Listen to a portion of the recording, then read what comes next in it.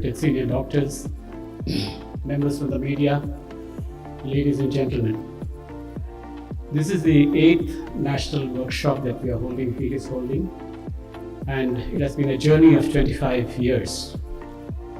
Actually, this should have been the 10th workshop, but in between we had the pandemic coming in, and so we couldn't hold the conventions. But speaking of the pandemic, I think we need to pay respect, our due respects to senior doctors, to caregivers, to paramedical staff who fought the virus and laid their lives down.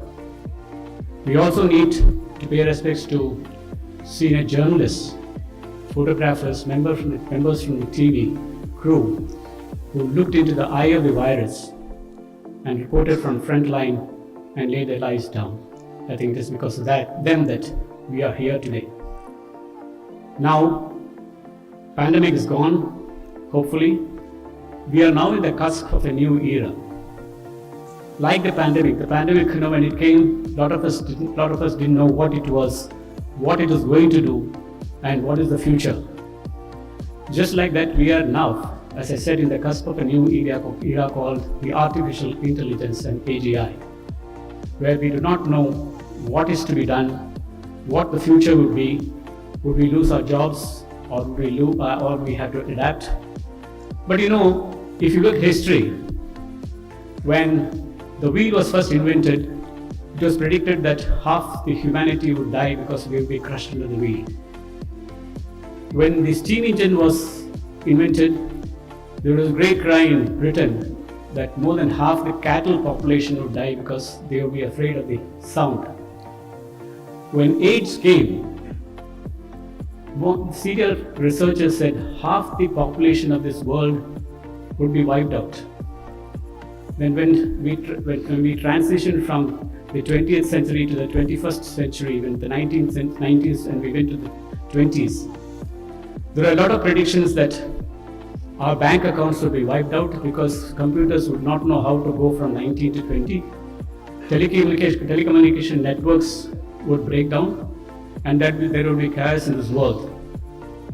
But then what happened? We are so special that we know how to adapt, and hence we need not fear artificial intelligence or AGI. The only mantra to this is we should know how to adopt ourselves. That said, we have all grown older and wiser, and we have grown older, but some people still remain young. The new generation is supposed to take over. And as we progress, I was asked what's the situation of health media or health writing in today's world. A quick analysis showed that news reporting on health occupies just about 1% in a newspaper, or less than 1%. But that's not a fair assessment, because when you look at a whole newspaper, you have sections like the business, like sports and entertainment, which are independent verticals by themselves. But health has to compete with the main section. And so when you look at the main sections, then the health coverage should be slightly, say, above 1%, 1.5%, but nothing much to claim of. But I'm sure in the future what would happen is that we would have an AI application which will tell you when you should write your health stories, how and where, and how you should place it. I think that's the era that is supposed to come. But I'll not take the speech long, but as the president of HEAL, it is my great desire that we increase our footprints across India much in a larger perspective. And I would request Swadeep that the next convention should be held in Northeast, where we neglect the community, where we are not seen. So if we have to bring them also into the mainstream reporting, so that we know what's happening there. Last but not the least, before I conclude, I am always reminded of the Buddha.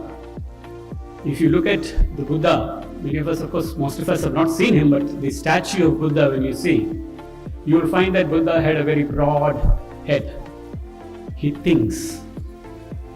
That's what doctors do. They think through prescriptions, they think through procedures. and they think how to heal.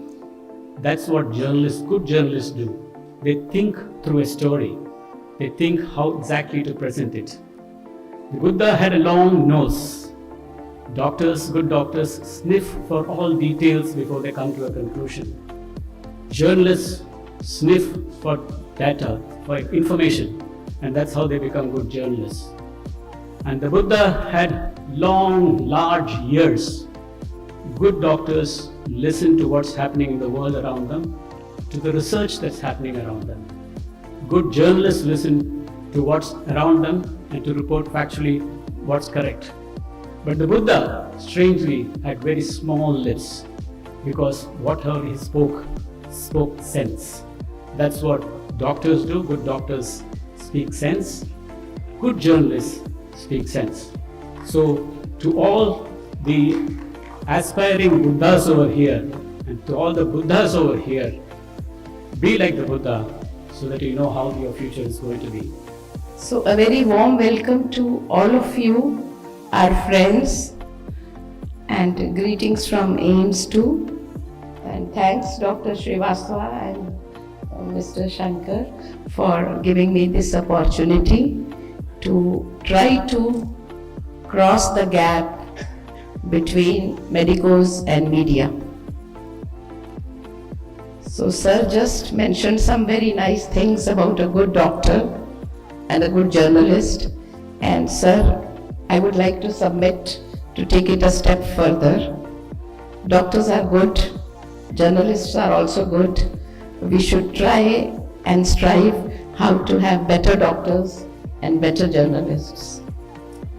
So to introduce to what we do here at AIIMS, start from our ancient wisdom. So sir, from what you said, it is very important in today's age where data is a big resource, and we all know how we go from data to information, which is called processed data, and then from information to knowledge, which is how the journalism ecosystem and the health ecosystem has evolved. And then the most important thing is to, as poet T.S. Eliot had said, we should not lose what we have gained in knowledge to our wisdom. So wisdom, sir, as Buddha, is the ultimate. And this is also showing us our ancient wisdom of medical healing. So when we talk of healing or health, we think of not having disease, or the classical WHO definition of health, where till some decades back the spiritual well-being was also a part of it, but somehow we lost it because people thought of spirituality as just one dimension or one domain of institutionalized religious rituals or practices, whereas to people like us, I'll introduce you to what we are. I am an MD, MBBS MD in physiology, and then I did a PhD, because we have a lingo that जो M से PhD कर लेता है वो दुनिया में कुछ भी हासिल कर लेता है. Plus, sir, we wanted to have a body of clinical scientists so that we can traverse the domains of healthcare on one side and what is occurring at the bench. So the bench to bedside, navigating that trajectory is also important for us. And I believe in our collaborations in future, how we can help you is by making you more informed about not just clinical practice, but also the base of the pyramid, which is basic science, and then we come to translational science. So physiology is about how our normal body works. which means not only our health but also our wellness. We could call it absence of disease or infirmity. But a step more than that, that is our fitness and well-being in the domains of physical, mental, emotional, social, financial, and spiritual. So, apart from that, we have had the presidency of G20 a few months back. We had a big event. People came to India from different countries and different cultures, and they knew what we are. So in these domains, our environmental consciousness, our interpersonal skills and our interpersonal health, whether it be in the family, whether it be in our workspace, or whether it be in our relationships or our dialogues with the patient, and more importantly than the patient, the caregiver families of the patients. Okay? Keeping in mind intact our intellectual knowledge as well as our wisdom. So this is important to know what are the elements of health and well-being and the determinants. In physiology, we have basically 4 domains. One is nutrition, how much to eat, when to eat, how less to eat, how the body assimilates our food into our mind and our muscles and our storage tissues. The second is sleep. How much to sleep, how much is more, how much is less, what is hypersomnia, what is hyposomnia. Okay, and 2, basically physiology is about resource optimization. Okay. The third is how much to exercise, how less, what type of exercise, for what age.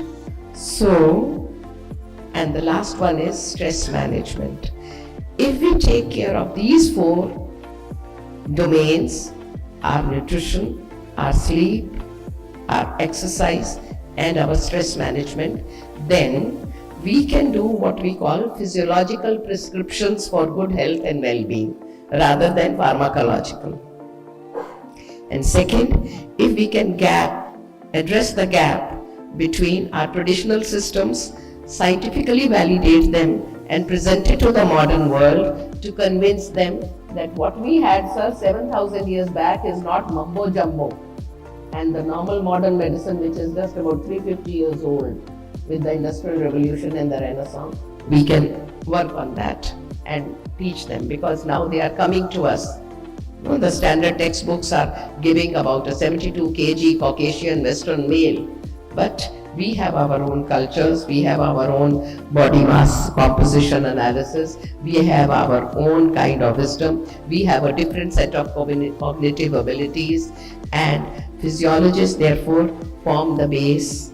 And जो हमारे senior Dr. Deepak, my ex-head in our department, used to say, हम consultants के भी consultants हैं, plus we are free from heavy duties in ICUs and intensive care, emergency medicine and the like, to be able to tinker in our creativity and perform the 4th domain of our duty or mandate, the 3 domains being teaching, research and clinical service, by which mandate AIMS was established, and the 4th is our social responsibility, reaching out to the public, popularization of science, informing, and that is where we want to join hands with the media. Because this was from Voltaire, many ages back. Doctors are men who prescribe medicines for which they know little, for diseases about which they understand even less, for people about whom they know nothing. In Lancet it was, what does he of medicine know who only medicine knows? So we have established AIMS Medical Humanities Initiative here, where we sensitize our students to understand diversity tolerance, destigmatization, cultural contexts of the patient, medical ethics, medical professionalism, how to be personable, how to care for the dignity of the dying. The outcomes we may not be able to change, but the processes we may be able to change. So every case has its lesson and learnings. So how do we redeem the paradigms lost in medicine today and blend compassion with competence, as Sir alluded to, advances in technology, healthcare economics, especially when our country is on the cusp from going to a developing to a developed country maybe in the next 26 years, public awareness of healthcare issues, patients, advocacy groups, media, how we link with them, and then the societal erosion which we have had. Financial pain is a very important component of palliative care which we teach to our students. Greed, arrogance, deception and coercion. Transfer of decision making or a participative approach instead of a top-down prescriptive approach. So the best blend would be good science, good knowledge about our country and its cultures and our uniqueness, and then have a high-touch performance to mix the science and the arts. That is why humanities is so very important, and we want media friends to teach us, and we learn from you how to not lose track of the humanities. Okay, so Hippocratic Oath we all have studied, but we also have our students who are during their convocation, they take the oath of AIMS Charak Shapath. But having said that, today I was interacting with the media persons. Why is only a doctor published for criminal negligence? Why not a lawyer who loses a case for a patient? Why not a teacher whose student fails? Why not an accountant who hasn't filed the tax returns in time? Why not an engineer who makes a bridge? So we are all contributors to society. We are all, as I said, good people. Please be kind. Please be compassionate to other professions also. Don't expect the sky from doctors. They are humans. This is a slide from the Valley of Flowers. So medicine is a pilgrim's progress, the journey. A young student, 16, 17 years old, who has been taught to avoid the dead and the dying and the deviant, and who has been told to shun excreta and urine and stools and body fluids, and to stay away from, SAT. In 60s movies, they showed that anybody who's having a mental disorder would be stoned, right? But today we want to mainstream them, we want to destigmatize them. Okay? So anybody who's having any kind of a physical, mental और emotional disorder, और जिसको हम बोलते हैं आजमाइश का समय है कुछ टाइम के लिए, we have to be kind and compassionate to them, whether it be our colleague, whether it be anybody in society, our neighbour, and whether it be a doctor who has not had food for maybe 36 hours and is still taking care of the patient. So sir, we would like that we would be informing the media about which are the genuine situations. Okay, a car accident happens because the person hasn't, eaten or slept, and believe me, you can search it. Driving under influence of any substance doesn't have as many accidents as lack of sleep.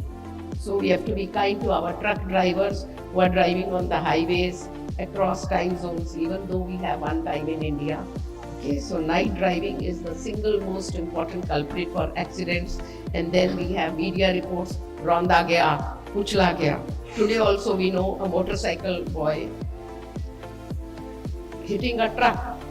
ठीक है, truck वाले को compensation देना है. क्यों देना है? क्योंकि उसकी गाड़ी का मास इनटू वेलोसिटी, मोमेंटम इतना ज्यादा है कि छोटा व्हीकल हमेशा उसको चोट पड़ेगी.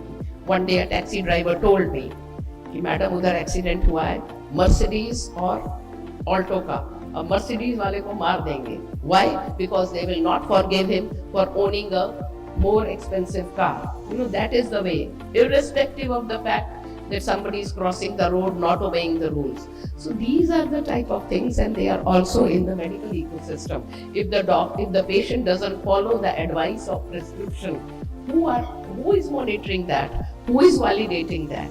And if there arises a complication, then doctor is to blame. So these are the type of things which we want so that we have a win-win situation. Okay? These are some of the things which a medical student undergoes, and therefore healing ethos, physicians, we will do our duty to heal ourselves and the society, and in the process of healing them we get healed ourselves also.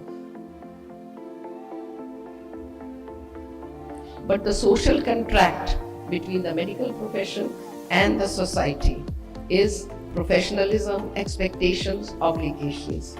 But having said that, the interactions with patients, a very important part of the doctor-patient relationship is the media reporting.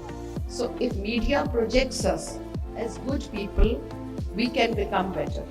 If media projects us कि हम बुरे लोग हैं, ठीक है, अगर कोई bathroom sleeper में आ गया, इमरजेंसी पेशेंट में हमारा डॉक्टर और वो बात कर रहा है फोन पर, why do the people think कि वो गर्लफ्रेंड से बात कर रहा है या मस्ती कर रहा है?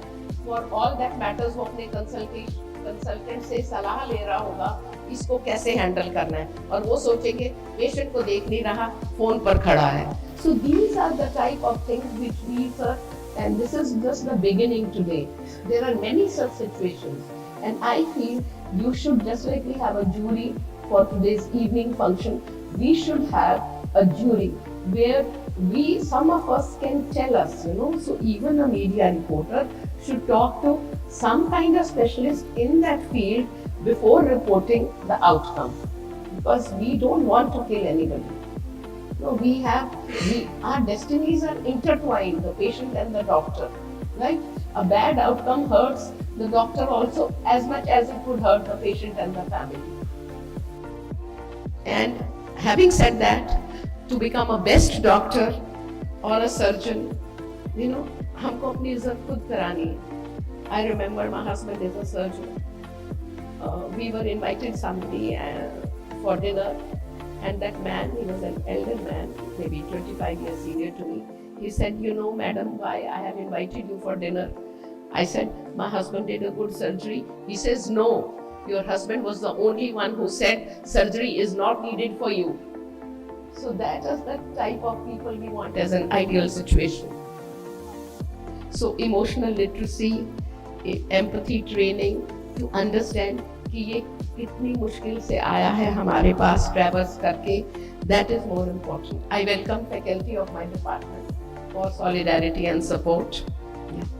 So this is important, and therefore when we say prayers to our patient, right?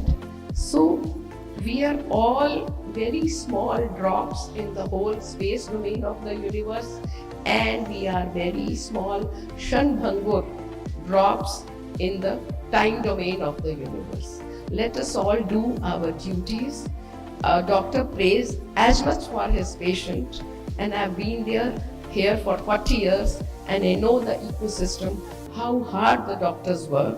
But I want that if media reports good things about doctor-patient relationship, it will cause a salutary effect on the health ecosystem of the country and also health economics. And also, in DST, Department of Science and Technology, which comes under the Ministry of Science and Technology, one of the secretaries, Dr. Ashutosh Sharma, he started that every researcher should write and will give an incentive for writing something for popular article. कि आप अपनी science को जैसे तद्भव से हम तत्सम करते हैं, कलिष्ठ भाषा में नहीं लेकिन इजी भाषा में कुछ आर्टिकल्स करें. So sir, we have a whole army here of people who want to write, and if we join hands, a medical journalist and a doctor, especially from the what called preclinical branches who have time on their hands and who are good at writing publications, we will improve the health system of our country. First of all, heartiest thanks to Dr. K.P. Kochhar and the Department of Physiology team for facilitating us to organize this program, this convention, the 8th edition at AIIMS. This was my dream. Start with the next session, just to bring into a couple of points to just update you. We have till now in this journey of almost 2 decades touched base with about 1,500 health journalists, health writers from across the country in about more than 30 cities. We have touched base with them, we have trained them, we have done workshop as doctors do CMEs for their doctors. This is the first model in the world where you train the health journalists for health writing. So we have traveled almost 2 decades to almost touch and train about 1,500 journalists on all languages, almost more than 8 languages, almost more than 10 languages, including all English, all vernacular languages. We have engaged more than 500 experts, key opinion leaders, all over from the Ministry of Health to all the leading institutes like AIIMS, to all the leading hospitals, from the research institutes like NIN, and all sort of health experts, public health experts, medical experts. Almost 500 of them have spared time to come in our workshops and 7 national conventions to train these journalists on latest issues, latest trends. We have done very dedicated sessions on health writing, on how to interpret data, anthropology, public health. And this time today we are also doing a very interesting session on AI in health writing. It's a friend or a foe. So that is very interesting, because now where health writing is moving and how AI is going to impact and support health writing is something we are discussing in another session. And the last point is, we have done so many programs with health writers, including health writers. After COVID, what we learned, there's a new age media called health influencers. They are the YouTubers, they are the Insta influencers, and we did a lot of research and reached out to almost 30-35 of them, and fortunate to have I think 12 of the top India's health influencers, the doctor influencers, the nutritionist influencers amongst us. So please give a big hand for them. They are the people who have following of more than 1 million, few lakhs, and their outreach is big. And so this is the first amalgamation merger of the traditional media, all the top media of the country what we have today, they are representatives in health writing, and the new age media. So both of them are going to learn, and that is the future, the synergy of these two media to create a better outreach and better impact in the society through the right kind of health information.